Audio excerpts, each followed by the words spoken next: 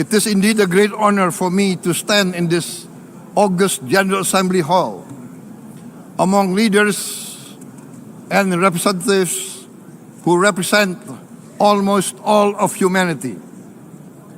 We differ in race, religion, and nationality, yet we gather together today as one human family. We are here first and foremost as fellow human beings, each created equal, endowed with unalienable rights to life, liberty, and the pursuit of happiness. The words of the United Nations Declaration of Independence have inspired democratic movements across continents, including the French Revolution, the Russian Revolution, the Mexican Revolution, the Chinese Revolution, and Indonesia's own struggle and journey to freedom. It also gave birth to the Universal Declaration of Human Rights, adopted by the United Nations in 1948.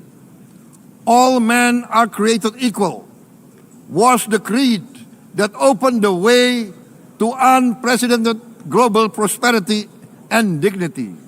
And yet, in our own era of scientific and technological triumphs, an era capable of ending hunger, poverty, and environmental ruin, we also continue to face today grave dangers, challenges, and uncertainties.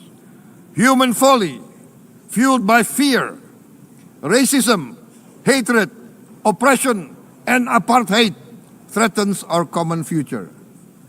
My country knows this pain. For centuries, Indonesians lived under colonial domination, oppression, and slavery. We were treated less than dogs in our own homeland. We Indonesians know what it means to be denied justice and what it means to live in apartheid, to live in poverty, and to be denied equal opportunity. We also knew what solidarity can do. In our struggle for independence, in our fight to overcome hunger, disease, and poverty, the United Nations stood with Indonesia and gave us vital assistance. Decisions made here based on human solidarity by the Security Council and this Assembly gave Indonesia independence, international legitimacy, opened doors, and supported our early development through the efforts of the United Nations Children Fund, the United Nations Food and Agriculture Organization, the FAO, the World Health Organization, and many, many other United Nations institutions. And because of that, Indonesia today stands on the cusp of shared prosperity and greater equality and dignity. Madam President, Excellencies, our world today is driven by conflict, injustice, and deepening uncertainty. Every day we witness suffering, genocide, and blatant disregard for international law and human decency.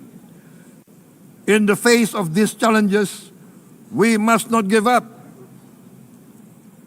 As the United Nations Secretary General said, we cannot give up. We cannot surrender our hopes or our ideals. We must draw closer, not drift apart. Together we must strive to achieve our hopes, our dreams. The United Nations was born from the ashes of the Second World War that claimed scores of millions of lives. It was created to secure peace, security, justice, and freedom for all.